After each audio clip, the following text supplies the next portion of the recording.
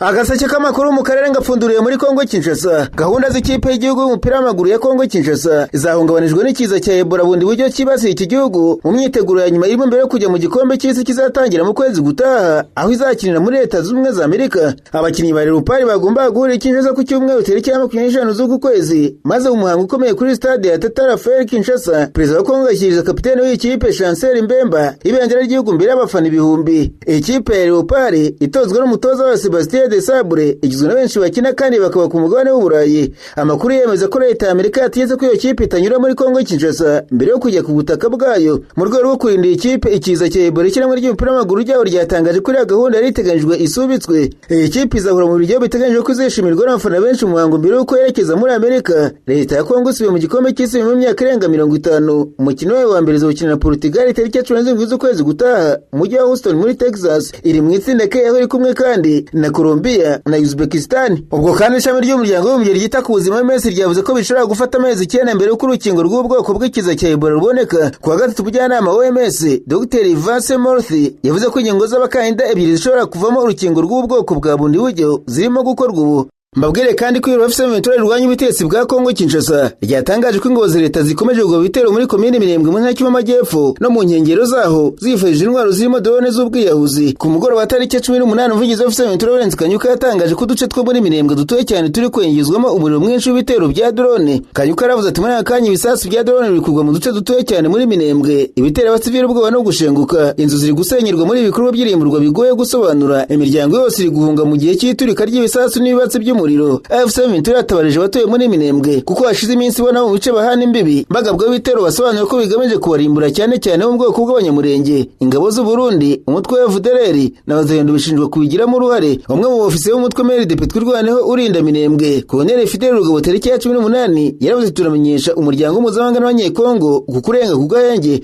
tuzirwanaho kugeza ku gitonyanga cya nyuma cy'amaraso yacu. Tariki ya 19 n'iya 20 ingabo za leta ya Kongo zagabye ibindi bitero mu duce two muri Minembwe turimo Karingi, Bidegu na Gakenke zifashishije drone z'ubwoko bwa KT-6 na CH-4 zakorewe mu Bushinwa. Ibi bitero biri gukoma mu nkokora ibikorwa by'ubutabazi byari byasubukuwe muri Minembwe kuva mu za Mata uyu mwaka ubwo abakozi ba komite mpuzamahanga y'umuryango Croix Rouge bajyanaga imiti n'ibindi bikoresho by'ubuvuzi. Tariki ya 19 Gicurasi Urufise Ventura yatangaje ko imodoka zari zijyanye imfashanyo muri Minembwe zahagaritswe n'abarwanyi ba Zalendo babisabwe na leta ya Kongo ubwo zari zigeze muri Sandira Point0 zisubiyeyo zaturutse. Kanyuka ati leta ya Kongo ni uburyo ingabo zayo zikomeje gufunga inzira ijya muri Minembwe zigamije gukomeza ikibazo gikomeye cy'ubutabazi gisanzweho ibishyira ibihumbi by'abasivili b'inzirakarengane mu kaga katigeze kubaho. Urufise Ventura yatangaje ko kuva mu ijoro ryo ku itariki ya 20 Gicurasi kugeza mu gitondo cya 21 Gicurasi ingabo za leta ya Kongo zongeye kugaba ibitero muri Gakenke, Karingi, Karonge na Bidegu zikoresheje drone z'ubwiyahuzi. Iro ryasobanuye ko nkuko byagenze tariki ya 19 Gicurasi ingabo za leta ya Kongo zongeye kugaba ibitero muri Santire ya Gatoyi no mu nkengero zayo muri teritwari ya Masisi aho ni muri Kivu Amajyaruguru.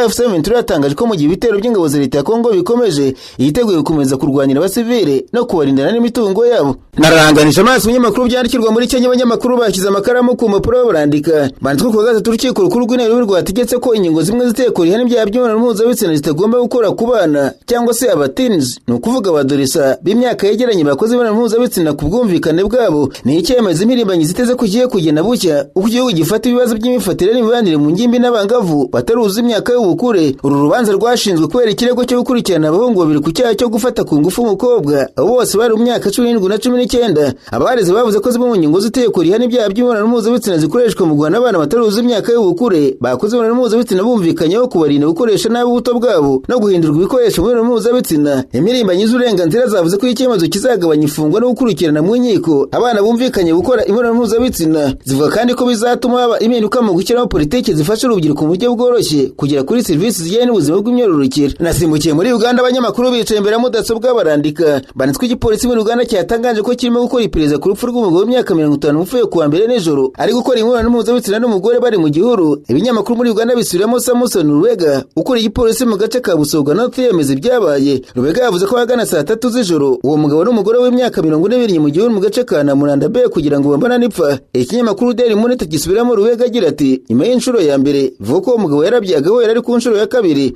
mugabo amaze guhera umugore abonye bibaye yese atabaza abantu maze bagera ari benshi ariko ntibabasha kurokora umugabo kuko yahise yitaba Imana. Ikinyamakuru cyavuze ko umugore bariho bihakabyiza mu gihuru ataruwe kandi ko amakuru gikesha abantu baho ari uko umugore yari aherutse kubyara. Iperereza ririmo gukorwa ku murambo w'uwo mugabo kugira ngo hemezwe neza icyamwishe. Inzobere mu buvuzi zivuga ko impfu ziba mu gihe cy'imibonano mpuzabitsina ari gake cyane ari ubwayo iba yabiteye ko kenshi ziterwa n'indwara umuntu aba asanzwe afite abizi cyangwa atabizi nk'indwara zigendanye n'imikorere y'umutima cyangwa se stroke. Izi ngo zishobora guhita zifata umuntu ari muri ako karimo kubera gutera kwihuse cyane kw'amaraso cyangwa se gufata imiti n'ibinyobwa byongera ingufu zidasanzwe muri icyo gikorwa. Nkiri muri Uganda mubwire ko General David Segisa waza kuri ubutasi bwa Uganda yavuze ko Anita Yamonga yaba yarakoze ikosa rikomeye rya politiki ko yatekereje ko ubutegetsi bwe n'ubukire bwe bwite byaremeze kumugira umuntu wigenga kandi ukomeye bihagije imbere ya Perezida Museveni. Yavuze ko yagendaga azamuka muri politiki yagendaga arushaho kwiyizera no kwagura imbaraga ze ko ari byo bishobora kuba byaramugujije mu mutego wa politiki. Mu butumwa burebure yashyize ku mbuga nkoranyambaga bwanditswe mu gihe iperereza ku byaha byaruswe bivuga kuri Anita Yamonga ryari rikomeje kwaguka, Jean Sejusa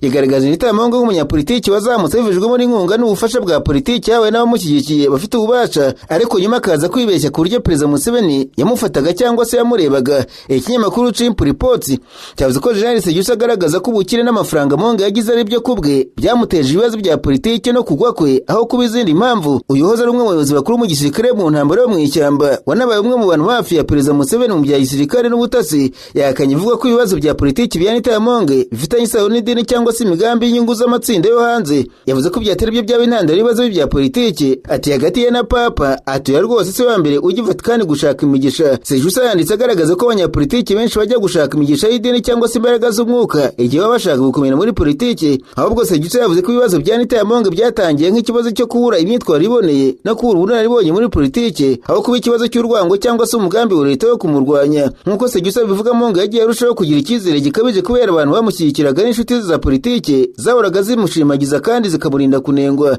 Yanavuze ko kuba yari afitanye umubano hafi na Museveni harimo kugaragara bari kumwe mu ruhame, gusura urwuri rwa perezida no guhabwa impano na perezida bishobora kuba byaratumye abantu batekereza ko yari afite uburinzi n'inkunga ya politiki bidasanzwe. Yavuze ko ibyo bimenyetso byose bishobora kuba byaratumye Anita Yamonga atekereza ko ari gutegurirwa umwanya wa politiki urenze uwo yari afite icyo gihe.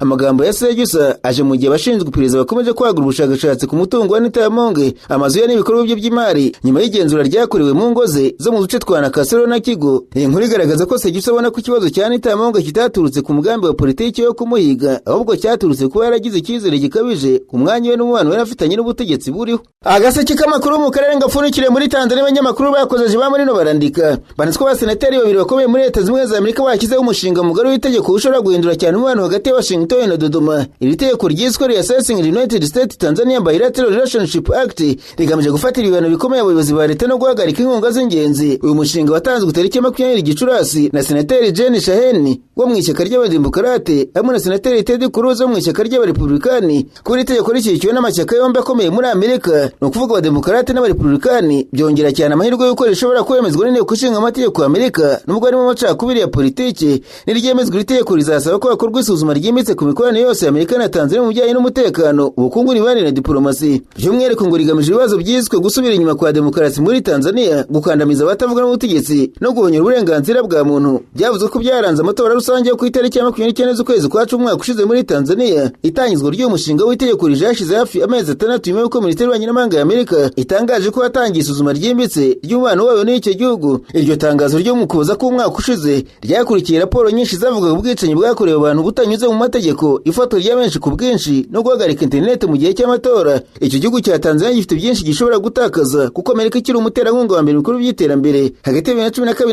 na 2022 inkunga zose zatanzwe muri Amerika zageraga kuri miliyari 2.8 z'amadolari ya Amerika, kandi buri mwaka hatangwa hafi miliyari 1 y'amadolari y'inkunga itaziguye. Byerekana ko umubano hagati ya Amerika na Tanzania ufite agaciro gakomeye mu bukungu ndetse no mu iterambere, bityo ko ibintu cyangwa se imyuka mu mikoranire bishobora kugira ingaruka zikomeye. Uwo mushinga w'itegeko ugaragaza ingaruka zikomeye kandi zisobanutse neza zishobora gufatirwa leta mu gihe itahindura imikorere yayo. Uha Perezida Leta Zunze Ubumwe za Amerika ububasha bwo gufatira abantu ku giti cyabo ibihano byihariye birimo kubabuza viza no gufatira imitungo yabo ku bantu bashinjwa kugira uruhare mu guhonyora bikomeye uburenganzira bwa muntu no gukandamiza politiki. Ibyo bihano byagenewe cyane cyane abayobozi bakuru muri leta, abo mu ishyaka riri ku butegetsi rya Chama cha Mapinduzi, polisi, ingabo z'igihugu n'urwego rw'ubutasi n'umutekano. Iri tegeko kandi risaba Minisitiri w'Ububanyi n'Amahanga wa Amerika gutanga urutonde rw'abo bantu mu gihe kitarenze iminsi 180 nyuma yo gutangira gukurikizwa. Uretse ibihano ku bantu ku giti cyabo, uyu mushinga uteganya guhagarika zimwe mu nkunga za Amerika zijyanye n'umutekano, ubukungu, iterambere n'ubucuruzi. nk'uko biteganywa n'itegeko ibyo bihano bizakomeza kugeza igihe Minisitiri w'Ububanyi n'Amahanga wa Amerika azemeza ko habaye impinduka zifatika mu miyoborere ya demokarasi kandi ko gukurikirana abantu mu nkiko kubera impamvu za politiki byahagaritswe. Iri tegeko rinabuza by'umwihariko kandi inkunga izwi nka Millennium Challenge Corporation kugeza igihe leta izerekana ko yongeye kwiyemeza kubahiriza amahame ya demokarasi. Byongeye kandi risaba no gusuzuma urwego rushinzwe ufite uruhare mu gisirikare, ubukungu na politiki muri Tanzania. Abasenateri batanze umushinga w'itegeko ntibigeze bahisha impamvu yabateye kuwuzana. Bavuze mu buryo bweruye ko urugomo n'ikorwa ry'itotezwa byaranze amatora y'uruka aribyo byabaye intandaro y'iki gikorwa cyabo cyo gushyiraho iri tegeko. Jen Shine usanzwe ari umwe mu bayobozi bakuru muri komisiyo ya Sena ishinzwe ububanyi n'amahanga ya Amerika ati Tanzania imaze igihe kinini ari umufatanyabikorwa ukomeye muri Afurika y'Uburasirazuba, ariko gusubira inyuma kwa demokarasi, urugomo rwa politiki n'itotezwa biherutse kuba mu icyo gihugu ntibishobora kwirengagizwa. Arakomeza ati umushinga w'itegeko werekana neza ko leta z'ubumwe za Amerika zigomba guhagarara zishikamye ku mahame ya demokarasi, uburenganzira bwa muntu no kubahiriza amategeko. Aya magambo agaragaza ko abashyigikira iri tegeko babona ikibazo atari gusa umubano wa diplomasi, ahubwo ari n'ikibazo kijyanye n'indangagaciro za demokarasi n'uburenganzira bwa muntu muri Tanzania. Nawe ishyaka rikomeye mu yatavuga n'ubutegetsi muri Tanzania Chama cha Demokrasia na Maendeleo cyangwa Chadema ryashyije ibiro by'umwanditsi mukuru ushinzwe amashyaka ya politiki inyandiko ndende isubiza ibirego byose ribihakana ryivuye inyuma, ndetse rishinja umwanditsi kurenga ku nshingano ze ziteganywa n'itegeko nshinga no gukoreshwa nk'igikoresho cyo gucekesha amashyaka arwanya ubutegetsi muri Tanzania. Iyo nyandiko yatanzwe ku itariki ya 19 Gicurasi igaragaza ko umwanditsi mukuru ari kugerageza guhindura amagambo ya politiki yemewe n'amategeko nk'aho ari ibyaha kandi ko ari kurenga ku ihame ryo gutandukanya ububasha bw'inzego za leta, yihesha inshingano z'inkiko n'abashinjacyaha zo kugena icyitwa icyaha. Ikinyamakuru The Chanzo cyavuze ko mu kiganiro n'abanyamakuru cyabaye ku itariki ya 20 ku cyicaro cy'urukiko rukuru Dar es Salaam, umunyamabanga mukuru wungirije wa Chadema ku rwego rw'igihugu Amani Gorugwa yatangaje ko inyandiko y'ishyaka isenya mu buryo bwuzuye ibyo birego. Inyandiko ya Chadema nk'uko ikinyamakuru The Chanzo cyayibonye yibanze ku birego bitatu by'ingenzi: amagambo yavuzwe n'umuyobozi wungirije w'ishyaka John Heche ku bijyanye n'imyigaragambyo y'amahoro, amagambo y'umuyobozi w'ishyaka Oliver Kisaka ku mpinduka za politiki, n'itangazo ry'ishyaka ryo ku itariki 5 Gicurasi rinenga uburyo leta yakemuye ibibazo by'amatora atavugaho rumwe yabaye mu kwezi kwa 10 k'umwaka ushize. Chadema yavuze ko ibyo bikorwa byose biri mu burenganzira busanzwe bwa politiki no gutanga ibitekerezo aho kuba ibyaha. Ibitekerezo